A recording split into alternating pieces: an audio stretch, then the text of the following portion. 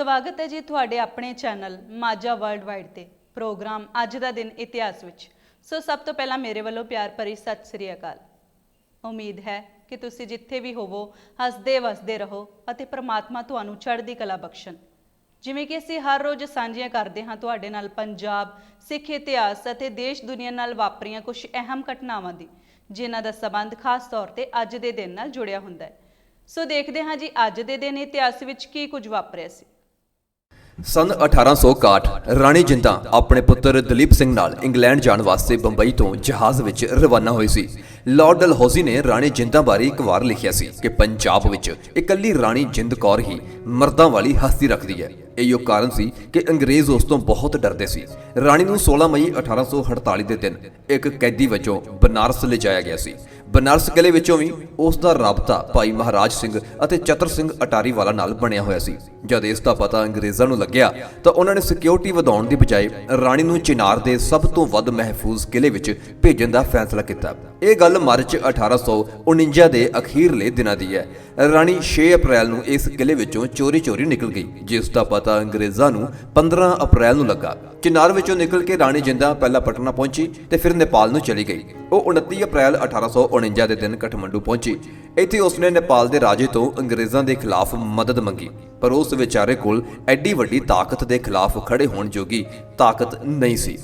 ਰਾਣੀ ਜਿੰਦਾਂ ਨੇ ਜੰਮੂ ਦੇ ਰਾਜੇ ਗੁਲਾਬ ਸਿੰਘ ਡੋਗਰਾ ਨਾਲ ਵੀ ਰਾਬਤਾ ਬਣਾਇਆ, ਪਰ ਉਹ ਤਾਂ ਖੁਦ ਅੰਗਰੇਜ਼ਾਂ ਨਾਲ ਮਿਲਿਆ ਹੋਇਆ ਸੀ।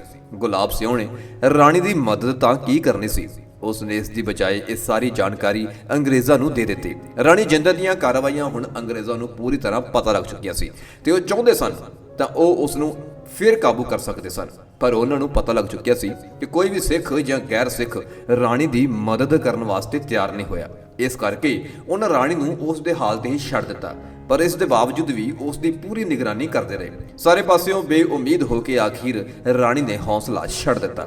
ਸਨ 1856 ਦੇ ਵਿੱਚ ਰਾਣੀ ਨੇ ਅੰਗਰੇਜ਼ਾਂ ਤੱਕ ਪਹੁੰਚ ਕਰਕੇ ਆਪਣੇ ਪੁੱਤਰ ਕੋਲ ਇੰਗਲੈਂਡ ਜਾਣ ਦੀ ਇਜਾਜ਼ਤ ਮੰਗੀ, ਪਰ ਅੰਗਰੇਜ਼ਾਂ ਨੇ ਉਸ ਨੂੰ ਇਸ ਦੀ ਇਜਾਜ਼ਤ ਦੇਣ ਤੋਂ ਮਨਾ ਕਰ ਦਿੱਤਾ। ਸਨ 1860 ਵਿੱਚ ਰਾਣੀ ਨੇ ਫਿਰ ਅੰਗਰੇਜ਼ੀ ਸਰਕਾਰ ਨੂੰ ਅਪੀਲ ਕੀਤੀ ਕਿ ਉਸ ਨੂੰ ਆਪਣੇ ਪੁੱਤਰ ਕੋਲ ਜਾਣ ਦੀ ਇਜਾਜ਼ਤ ਦਿੱਤੀ ਜਾਏ।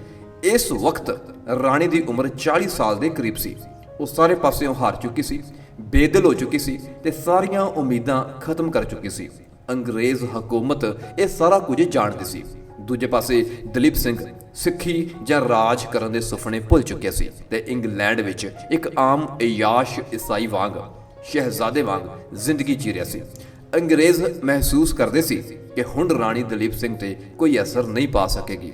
ਅਖੀਰ ਉਹਨਾਂ ਨੇ 1861 ਵਿੱਚ ਰਾਣੀ ਨੂੰ ਇੰਗਲੈਂਡ ਜਾਣ ਦੀ ਇਜਾਜ਼ਤ ਦੇ ਦਿੱਤੀ।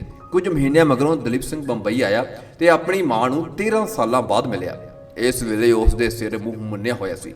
ਪੁੱਤਰ ਨੂੰ ਇਸ ਰੂਪ ਵਿੱਚ ਵੇਖ ਕੇ ਉਹ ਭੁੱਬਾਂ ਮਾਰ ਕੇ ਰੋਈ, ਪਰ ਉਸ ਦੇ ਰੋਣ ਦਾ ਦਲੀਪ ਸਿੰਘ ਉੱਤੇ ਕੋਈ ਬਹੁਤਾ ਅਸਰ ਨਾ ਹੋਇਆ।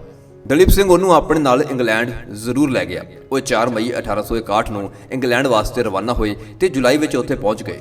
ਪੁੱਤਰ ਕੋਲ ਪਹੁੰਚ ਕੇ ਵੀ ਰਾਣੀ ਵਿਚਾਰੀ ਉਦਾਸ ਹੋਣ ਤੋਂ ਸਿਵਾ ਕੁਝ ਨਾ ਕਰ ਸਕੀ।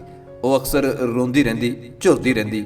ਤੜਫਦੀ ਰਾਣੀ ਜਿੰਦਾਂ ਆਪਣੀਆਂ ਅੱਖਾਂ ਦੀ ਜੋਤ ਵੀ ਗਵਾ ਬੈਠੀ ਸੀ ਤੇ ਹੱਡੀਆਂ ਦੀ ਮੁੱਠ ਬਣ ਕੇ ਰਹਿ ਗਈ ਸੀ। ਇਹ ਵੀ ਹੋ ਸਕਦਾ ਹੈ ਕਿ ਅੰਗਰੇਜ਼ਾਂ ਨੇ ਡਾਕਟਰਾਂ ਦੇ ਰਾਹੀਂ ਉਹਨੂੰ ਦਵਾਈਆਂ ਦੇ ਨਾਂ ਉੱਤੇ ਜ਼ਹਿਰ ਦੇ ਕੇ ਉਹਦਾ ਕੰਡਾ ਕੱਢਣ ਦੀ ਕੋਸ਼ਿਸ਼ ਕੀਤੀ ਹੋਵੇ। ਉਹ ਬਹੁਤੀ ਦੇਰ ਜਿਉਂਦੀ ਨਾ ਰਹੀ ਤੇ 2 ਸਾਲ ਦੇ ਅੰਦਰ 1 ਅਗਸਤ 1863 ਦੇ ਦਿਨ ਇੰਗਲੈਂਡ ਵਿੱਚ ਹੀ ਚੜ੍ਹਾਈ ਕਰ ਗਈ।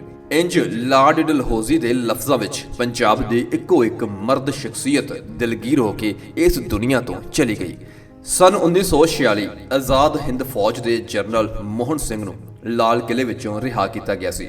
ਦੂਜੀ ਵੱਡੀ ਜੰਗ ਵਿੱਚ ਜਾਪਾਨ ਤੇ ਜਰਮਨੀ ਵੱਲੋਂ ਗ੍ਰਿਫਤਾਰ ਅੰਗਰੇਜ਼ ਸਰਕਾਰ ਦੇ ਭਾਰਤੀ ਫੌਜੀਆਂ ਨੇ ਜਨਰਲ ਮੋਹਨ ਸਿੰਘ ਤੇ ਸੁਭਾਸ਼ ਚੰਦਰ ਬੋਸ ਦੀ ਅਗਵਾਈ ਵਿੱਚ ਆਜ਼ਾਦ ਹਿੰਦ ਫੌਜ ਬਣਾ ਲਈ, ਪਰ ਜਰਮਨ ਤੇ ਜਾਪਾਨ ਦੀ ਹਾਰ ਤੋਂ ਬਾਅਦ ਇਸ ਫੌਜ ਨੂੰ ਵੀ ਗ੍ਰਿਫਤਾਰ ਕੀਤਾ ਗਿਆ ਤੇ ਇਹਦੇ ਉੱਤੇ ਮੁਕੱਦਮੇ ਚਲਾਏ ਗਏ। ਇਸ ਦੌਰਾਨ ਇਹ ਜਰਨੈਲ ਲਾਲ ਕਿਲੇ ਵਿੱਚ ਕੈਦ ਰਹੇ। ਅਖੀਰ ਇਹਨਾਂ ਸਾਰਿਆਂ ਨੂੰ 4 ਮਈ 1946 ਦੇ ਦਿਨ ਰਿਹਾ ਕੀਤਾ ਗਿਆ ਸੀ। ਸਨ 1935 ਜਦ ਪ੍ਰਸਿੱਧ ਪੰਜਾਬੀ ਲੇਖਿਕਾ ਦਲੀਪ ਕੌਰ ਟਿਵਾਣਾ ਦਾ ਜਨਮ ਹੋਇਆ ਸੀ। ਸੋ ਇਹ ਸਨ ਪੰਜਾਬ ਅਤੇ ਸਿੱਖ ਤਾਰੀਖ ਨਾਲ ਜੁੜੀਆਂ ਕੁਝ ਇਤਿਹਾਸਿਕ ਘਟਨਾਵਾਂ, ਜਿਨ੍ਹਾਂ ਦਾ ਸਬੰਧ ਖਾਸ ਤੌਰ ਤੇ ਅੱਜ ਦੇ ਦਿਨ ਨਾਲ ਜੁੜਿਆ ਹੋਇਆ ਹੈ। ਸੋ ਦੇਖਦੇ ਹਾਂ ਜੀ ਅੱਜ ਦੇ ਦਿਨ ਦੇਸ਼ ਦੁਨੀਆ ਵਿੱਚ ਕੀ ਕੁਝ ਵਾਪਰਿਆ ਸੀ। ਸਨ 1628 ਅਮਰੀਕਾ ਦੇ ਸ਼ਹਿਰ ਨਿਊਯਾਰਕ ਦੇ ਨਾਲ ਦੇ ਟਾਪੂ ਮੈਨਹਟਨ ਨੂੰ ਉੱਥੋਂ ਦੇ ਮੂਲ ਵਾਸੀਆਂ ਨੇ $24 ਵਿੱਚ ਵੇਚ ਦਿੱਤਾ ਸੀ ਤੇ ਇਹ ਰਕਮ ਵੀ ਕੱਪੜੇ ਤੇ ਬਟਨਾਂ ਦੇ ਰੂਪ ਵਿੱਚ ਲਈ ਗਈ ਸੀ। ਸਨ 1715 ਇੱਕ ਫਰਾਂਸੀਸੀ ਫਰਮ ਨੇ ਫੋਲਡਿੰਗ ਛਤਰੀ ਮਾਰਕੀਟ ਵਿੱਚ ਲਿਆਂਦੀ ਸੀ। ਸਨ 1799 ਟੀਪੂ ਸੁਲਤਾਨ ਦੀ ਅੰਗਰੇਜ਼ਾਂ ਨਾਲ ਕਰਨਾਟਕਾ ਵਿੱਚ ਹੋਈ ਲੜਾਈ ਦੌਰਾਨ ਮੌਤ ਹੋ ਗਈ ਸੀ। ਸਨ 1979 ਮਾਰਗਰੇਟ ਥੈਚਰ ਇੰਗਲੈਂਡ ਦੀ ਪਹਿਲੀ ਔਰਤ ਪ੍ਰਧਾਨ ਮੰਤਰੀ ਬਣੀ ਸੀ। ਸੋ ਇਹ ਸਨ ਅੱਜ ਦੇ ਦਿਨ ਨਾਲ ਜੁੜੀਆਂ ਇਤਿਹਾਸਿਕ ਘਟਨਾਵਾਂ ਜਿਨ੍ਹਾਂ ਦੀ ਸਾਂਝ ਤੁਹਾਡੇ ਨਾਲ ਪਾਈ ਗਈ ਹੈ। ਜਾਣਕਾਰੀ ਚੰਗੀ ਲੱਗੇ ਤਾਂ ਵੀਡੀਓ ਨੂੰ ਲਾਈਕ ਅਤੇ ਸ਼ੇਅਰ ਜ਼ਰੂਰ ਕਰਨਾ, ਨਾਲ ਚੈਨਲ ਨੂੰ ਸਬਸਕ੍ਰਾਈਬ ਵੀ ਕਰਦੇ ਜਾਣਾ। ਮਿਲਦੇ ਹਾਂ ਅਗਲੇ ਐਪੀਸੋਡ ਵਿੱਚ ਅਗਲੇ ਦਿਨ ਦੇ ਇਤਿਹਾਸ ਦੇ ਨਾਲ। ਤਦ ਤੱਕ ਲਈ ਮੈਨੂੰ ਦਿਓ ਇਜਾਜ਼ਤ। ਸਤਿ ਸ੍ਰੀ ਅਕਾਲ।